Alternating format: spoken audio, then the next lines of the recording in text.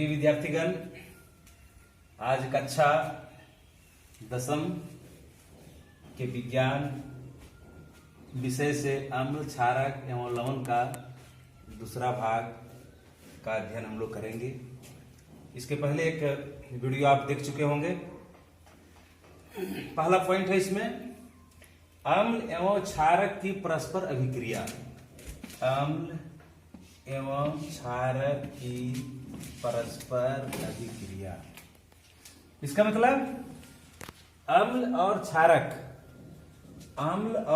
क्षारक आपस में किस प्रकार अभिक्रिया करते हैं, यही जानना है इस पॉइंट में। इसके लिए सब समीकरण सबसे पहले हम लोग बनाते हैं। अम्ल, उसके बाद क्षारक, अम्ल प्लस क्षारक, निर्माण क्या हो रहा है, लवण प्लस जल। यानी अम्ल और क्षारक जब आपस में अभिक्रिया करेंगे, अम्ल और क्षारक आपस में अभिक्रिया करेंगे तो निर्माण होगा लवण प्लस जल। इसका रासायनिक समीकरण हम लोग देखते हैं। HCl अम्ल हो गया प्लस NaOH क्षारक हो गया। तो HCl हाइड्रोक्लोरिक अम्ल और कौन, सोडियम हाइड्रोक्साइड, हाइड्रोक्लोरिक अम्ल सोडियम हाइड्रोक्साइड के साथ अभिक्रिया करता है तो निर्माण क्या करता है, NaCl जो लवण हुआ और H2O जो जल हुआ। आप यहां पे देख रहे हैं कि अम्ल और क्षारक जो आपस में अभिक्रिया कर रहा है तो निर्माण क्या कर रहा है, लवण प्लस जल। था क्या, अम्ल और क्षारक। Cl अम्ल हो गया, NaOH क्षारक हो गया, निर्मित हुआ NaCl और क्या, H2O। यहां पे आप क्या देख रहे हैं, जो अम्ल था वो भी अपना गुण खो दिया और जो क्षारक था वो भी अपना गुण खो दिया। अम्ल भी अपना गुण खो दिया और क्षारक भी अपना गुण खो दिया। और क्या हो गया, लवण और जल। तो इस प्रकार यहां पे एक अभिक्रिया का जन्म होता है। जब अम्ल और क्षारक आपस में अभिक्रिया कर रहे हैं तो एक अभिक्रिया का जन्म हो रहा है। उसका नाम क्या है, उदासीनीकरण अभिक्रिया। उदासीनीकरण अभिक्रिया, उदासीनीकरण अभिक्रिया मीन्स क्या हो गया, ये उदासीन हो गए दोनों। कौन उदासीन हो गया, अम्ल और क्षारक। अम्ल में ना अम्ल का गुण बचा और क्षारक में ना क्षारक का गुण बचा, यानी ये उदासीन हो गए। इसलिए इसे हम उदासीनीकरण अभिक्रिया भी कहते हैं। अगर आप परिभाषा लिखने के लिए आएगा कि उदासीनीकरण अभिक्रिया क्या है, इसी क्वेश्चन यही से आंसर आपको उठाना है। उदासीनीकरण अभिक्रिया किसे कहते हैं, बस सिंपल सी बात है। यहीं से आप आंसर को बनाइए। कौन, यहाँ पे कौन भाग लिया, और कौन भाग लिया, क्षारक। क्या किया, दोनों आपस में अभिक्रिया किया। कौन, अम्ल किसके साथ, क्षारक के साथ। और क्या हुआ, दोनों अपना गुण खो दिए और क्या हो गए, उदासीन हो गए। यानी निर्माण क्या हुआ, लवण और जल। लवण जो उदासीन होता है, जल भी उदासीन है, इसलिए इसे उदासीनीकरण अभिक्रिया कहते हैं। परिभाषा के रूप में अगर आप लिखेंगे तो जब अम्ल और क्षारक आपस में अभिक्रिया कर, जब अम्ल और क्षारक आपस में अभिक्रिया कर एक दूसरे के गुण को नष्ट कर देते हैं, एक दूसरे के गुण को उदासीन कर देते हैं, तो इसे हम उदासीनीकरण अभिक्रिया कहते हैं। क्लियर हो गया। एग्जांपल यही, HCl प्लस NaOH और NaCl प्लस H2O। हम आगे देखते हैं दूसरा पॉइंट। कह रहा है अम्ल का किसके साथ, धात्विक ऑक्साइड के साथ अभिक्रिया। अम्ल किसके साथ अभिक्रिया कर रहा है, धात्विक ऑक्साइड, यानी धातु के ऑक्साइड के साथ करेगा। अभी आप ऊपर में देखा था कि अम्ल है जो क्षारक के साथ अभिक्रिया कर रहा था, लेकिन यहां पे अम्ल धातु के ऑक्साइड के साथ अभिक्रिया कर रहा है। अब क्या होता है यहां पे देखिए, तो सब समीकरण सबसे पहले हम बनाते हैं। अम्ल प्लस धातु ऑक्साइड, अम्ल प्लस धातु ऑक्साइड बनाया क्या, लवण प्लस जल। इसका रासायनिक समीकरण हम देखते हैं। 2HCl हाइड्रोक्लोरिक अम्ल, ये अम्ल हो गया। CO कैल्शियम ऑक्साइड, ये धातु का अम्ल हो गया, कैल्शियम धातु है, धातु का ऑक्साइड हो गया। ये अम्ल, ये धातु का ऑक्साइड, दोनों आपस में अभिक्रिया किए, निर्माण क्या हुआ, calcium chloride plus H2O। Calcium chloride लवण है, H2O जल। तो निर्मित क्या हो रहा है? लवण प्लस जल। इससे क्या स्पष्ट हो रहा है? एक तरफ हमने लिया अम्ल और दूसरे तरफ हमने लिया धातु के ऑक्साइड, बन रहा है क्या? लवण प्लस जल। अभी ऊपर वाले इक्वेशन में आप देख रहे थे, यहां पे आप देखेंगे लवण प्लस जल, लवण और जल बन रहा है। कब? जब अम्ल क्षारक के साथ अभिक्रिया कर रहा है। प्रोडक्ट यहां भी वही है, यहां लवण और जल, यहां भी लवण और जल, प्रोडक्ट में कोई अंतर नहीं, लेकिन रिएक्टेंट में, अभिकारक में अंतर है। अंतर क्या है? एक अम्ल का अम्ल है, लेकिन क्षारक के जगह पे यहां क्षारक ना होकर के धातु ऑक्साइड है। इससे यह साफ स्पष्ट हो गया कि इसका मतलब धातु ऑक्साइड में क्षारकीय गुण पाया जाता है। तभी ना ये लवण और जल निर्माण किया, क्योंकि लवण और जल यहां दोनों जगह बन रहा है, समान एक बन के तैयार हुआ। प्रोडक्ट जो है जो समान है, रिएक्टेंट में हमें अंतर दिख रहा है, तो अंतर तो नाम का अंतर है, लेकिन उसका गुण जो गुणधर्म है सो समान है। तो किसका गुणधर्म समान है? धातु ऑक्साइड। किस तरह का गुण प्रदर्शित करेगा? क्षारकीय गुण प्रदर्शित करेगा। इसीलिए लवण और जल का निर्माण हो रहा है। नेक्स्ट पॉइंट हम देखते हैं, क्षारक का आधात्विक ऑक्साइड के साथ अभिक्रिया। क्षारक का आधात्विक ऑक्साइड के साथ अभिक्रिया, यानी क्षारक है सो आधातु के ऑक्साइड के साथ अभिक्रिया करेगा, तब क्या होता है? यहां पे सब समीकरण इसका बनाते हैं, क्षारक प्लस आधातु ऑक्साइड, एक आधातु ऑक्साइड हम लेते हैं, बनेगा क्या? यहां भी प्रोडक्ट वही है, लवण प्लस जल। समान यहां बदला हुआ है, हमने जो रॉ मटेरियल लिया है, कच्चा पदार्थ जो हमने लिया इस इक्वेशन में, वो चेंज होते जा रहा है बार बार, लेकिन जो प्रोडक्ट हमें प्राप्त हो रहा है, जो निर्मित हो रहा है, हमें जो दे रहा है इक्वेशन, वो समान है। इसका मतलब यहां भी कहीं ना कहीं किसी का भी लक्षण जो है एक दूसरे की समानता को प्रदर्शित कर रहा है।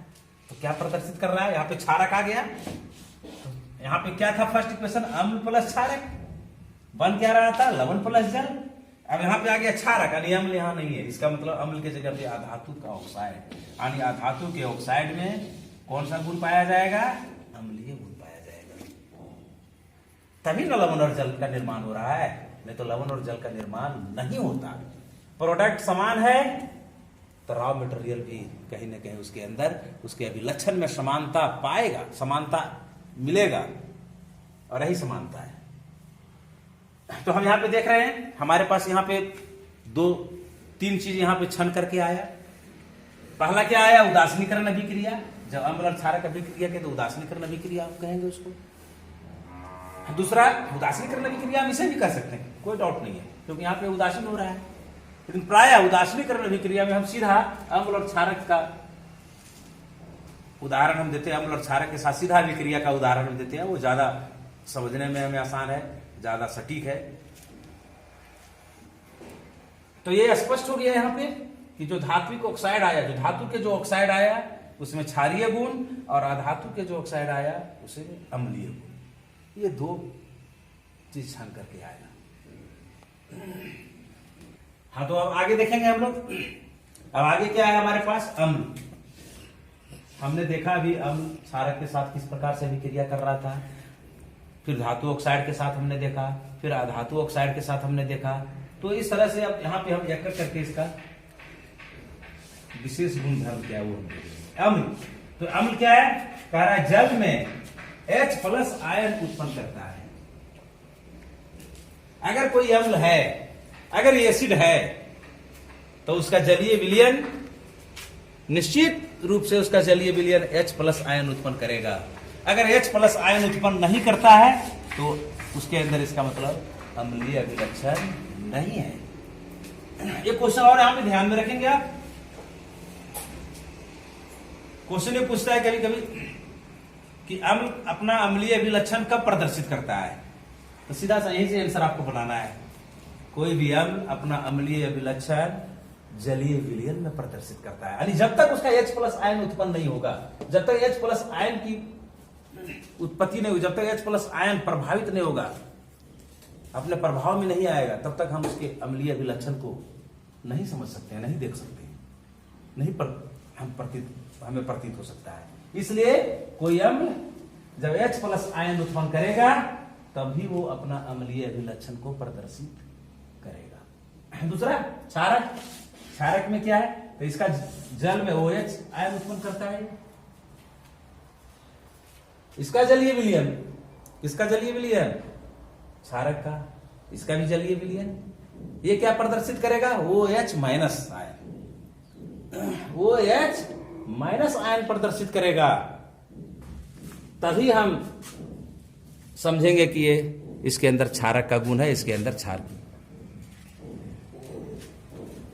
तो दो चीज यहां पे स्पष्ट हो गया।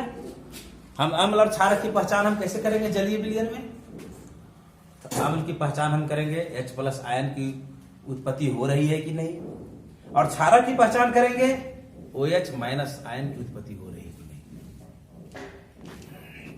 नहीं। इसी पर क्वेश्चन बनाता है, कोई भी क्वेश्चन, ग्लूकोज, ग्लूकोज में हाइड्रोजन उपस्थित है लेकिन वो अम्ल के जैसा व्यवहार क्यों नहीं करता है, तो ग्लूकोज नहीं करेगा अम्ल के जैसा व्यवहार। क्यों नहीं करेगा, क्योंकि उसका जलीय विलयन H है उसमें उपस्थित, लेकिन उसका जलीय विलयन H प्लस आयन की उत्पत्ति नहीं करता है, इसलिए वो अम्ल के जैसा व्यवहार नहीं करेगा। तो ये सीधी सी बात है, अम्ल अपना अम्लीय व्यवहार प्रदर्शित तभी करेगा जब उसका जलीय विलयन H प्लस आयन की उत्पत्ति करेगा। क्षारक अपना क्षारकीय गुण तभी प्रदर्शित करेगा जब उसका जलीय विलयन OH माइनस उत्पन्न करेगा। क्योंकि क्वेश्चन पूछता है कि सूखे लिटमस पत्र, क्वेश्चन पूछता है कि सूखे लिटमस पत्र और शुष्क हाइड्रोक्लोरिक गैस दोनों की जो संपर्क जब एक दूसरे से आता है तो लिटमस पत्र का विलयन का रंग क्यों नहीं बदलता है, तो सीधी सी बात है क्योंकि वहां पे जल की उपस्थिति नहीं है। लिटमस पत्र भी सूखा हुआ है और वो गैसीय अवस्था में है, हाइड्रोक्लोरिक अम्ल है जो गैसीय अवस्था में है, उसमें भी जल की उपस्थिति नहीं है। ना ही लिटमस पेपर में जल की उपस्थिति है और ना ही हाइड्रोक्लोरिक गैस में जल की उपस्थिति है, प्रदर्शित कर रहा है। तो जल की जो उपस्थिति है ही नहीं तो उस अम्ल का H प्लस आयन का प्रदर्शन नहीं होगा, और जब H प्लस आयन का प्रदर्शन नहीं होगा तो अपना अम्लीय व्यवहार वो नहीं प्रदर्शित करेगा, और जब अपना अम्लीय व्यवहार वो नहीं प्रदर्शित करेगा तब क्या होगा, लिटमस पेपर का रंग में कोई परिवर्तन नहीं होगा। चलिए आगे देखते हैं पीएच स्केल। पीएच स्केल क्या है, ये पीएच स्केल अम्ल और क्षारक की प्रबलता, अम्ल और क्षारक में H प्लस आयन और OH माइनस आयन की कितनी सांद्रता है उसका प्रदर्शन करता है, ये उसके बारे में ये बतलाता है। या सीधे तौर पर हम कह सकते हैं ये अम्ल और क्षारक, कोई विलयन अम्ल है या क्षारक है या उदासीन है उसके बारे में ये बताता है। कौन, पीएच स्केल। तो पीएच स्केल क्या है, पीएच स्केल के बारे में हम जानेंगे। किसी विलयन में, कोई भी विलयन उपस्थित H हाइड्रोजन, आयन की सांद्रता ज्ञात करने, आयन की सांद्रता ज्ञात करने के लिए एक स्केल विकसित किया गया। किसी विलयन में उपस्थित H यानी हाइड्रोजन आयन की सांद्रता ज्ञात करने के लिए एक स्केल विकसित किया गया जिसे पीएच स्केल कहते हैं। पीएच स्केल क्या हो गया, कोई भी विलयन है तो उस विलयन में किसको हमको मापना है, H प्लस आयन की सांद्रता, कितनी उसकी सांद्रता है उस विलयन में। सांद्रता के अनुसार हमें पता चलता है कि उसका पीएच वैल्यू कितना है, इसलिए pH scale H plus ion की सांद्रता को प्रदर्शित करता है। इस पीएच में P जो है, P लेटर, वो पुषांश जिसको पोटेंज कहते हैं को व्यक्त करता है, जो एक जर्मन शब्द है। पोटेंज जर्मन शब्द है, इसी का P फर्स्ट लेटर लिया गया है और इसी से पीएच बनाया गया, तथा इसका अर्थ होता है शक्ति। पोटेंज का अर्थ होता है शक्ति, यानी उसकी शक्ति कितनी है।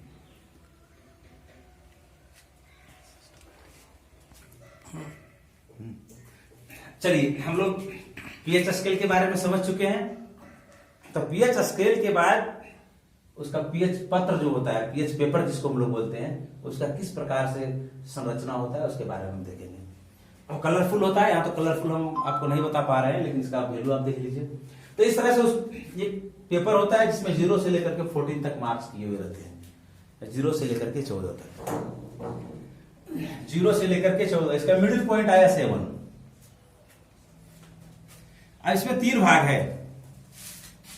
3 भाग क्या बन रहा है? 7 से बिलो यानी 7 से नीचे, और 7 से अबव कहां तक? 14 तक, यानी 7 से अधिक 14 तक, और 7 से कम 0 तक, और एक 7 मिडिल जो आएगा, मिडिल पॉइंट। तो 7 से तो नीचे रहेगा किसी का भी वैल्यू, जैसे जैसे नीचे आएगा वो अम्लीय विलक्षण को प्रदर्शित करता जाएगा। और 7 से इधर जो रहेगा 14 तक जिसका वैल्यू आएगा वो क्षारीय गुण को प्रदर्शित करेगा। और जिसका वैल्यू 7 रहेगा, सिर्फ 7, वो उदासीन वैल्यू को प्रदर्शित करेगा। ना ही वो अम्ल कहलाएगा और ना ही वो क्षारक कहलाएगा, ये मिडिल पॉइंट पर है, ना इधर जाएगा ना इधर जाएगा। इधर वाले भी इतना ही ताकत लगा रहे, इधर वाले भी इतना ही ताकत लगा रहे थे, उदासीन ना इसके तरफ है ना इसके तरफ है, मिड पॉइंट पर है। ये पूरे ग्राफ जो दिखा प्रस्तुत है, इसके मिड पॉइंट पर 7 दिख रहा है, इसका मतलब उदासीन है, इसमें कोई गुण नहीं है, ना ही अम्लीय गुण है और ना ही क्षारीय गुण है। और दूसरे शब्दों में अगर कहा जाए, दूसरे शब्दों में कि जितना इसमें अम्ल है उतना ही इसमें क्षार है, जितना ही इसमें अम्ल है उतना ही इसमें क्षारक है। तो जितना अम्ल मिला पावरफुल, उतना ही क्षारक भी मिल गया पावरफुल। तो दोनों का पावर जब मिल गया तो दोनों एक दूसरे के गुण को उदासीन कर दिए, यानी दोनों ना अम्ल अपना गुण प्रदर्शित कर पा रहा है और ना क्षार अपना गुण प्रदर्शित कर पा रहा है, उदासीन हो गए। दोनों शब्दों में इसको समझ सकते हैं। चलिए आगे देखते हैं। सांद्रता, ये देखिए पीएच स्केल है, मान लीजिए 0 है यहाँ पे वैल्यू, ठीक है। लास्ट में यहाँ पे 14 है, 14 दिख रहा है, मिड में 7 है। अब इसमें देखना ये है, ये जो दिया हुआ है इस तरह से, बीच में जो एक लाइन जो गया, ये क्या बतला रहा है? सबसे पहले ये तो जान लिया जाए कि 7 से नीचे जो है वो अम्ल है, अम्लीय गुण को प्रदर्शित कर रहा है। 7 से जो अबव 14 तक जो गया वो क्षारीय गुण को प्रदर्शित कर रहा है, अभी आपने भली भांति सीख चुका ऊपर में। और जो मिड पॉइंट पे आ रहा है 7 पे आ रहा है, जो यहाँ पे 7, ये उदासीन गुण को प्रदर्शित कर रहा है, उदासीन है ये 7। और ये ग्राफ क्या बतला रहा है? तो ग्राफ बतला रहा है, इसमें देखिए जो भाग है इसमें H+ लिखा हुआ है, H+, यानी ये जो भाग बना यहां तक, ये H+ के लिए हुआ है, ठीक। अब जो भाग बच गया, इधर बच गया, तो इधर क्या है? OH- है, OH- दिख रहा है। क्या स्पष्ट हो रहा है इससे? इससे स्पष्ट यही हो रहा है कि ये जो मिड पॉइंट है, ये देखिए ये जो रेखा आया यहां से इधर H+, तो यहां से इधर OH-, यानी जितना H+ उतना ही OH-, बराबर है दोनों का वैल्यू। तो दोनों का जब वैल्यू बराबर हो गया तो यहाँ पे उदासीन हो गया है।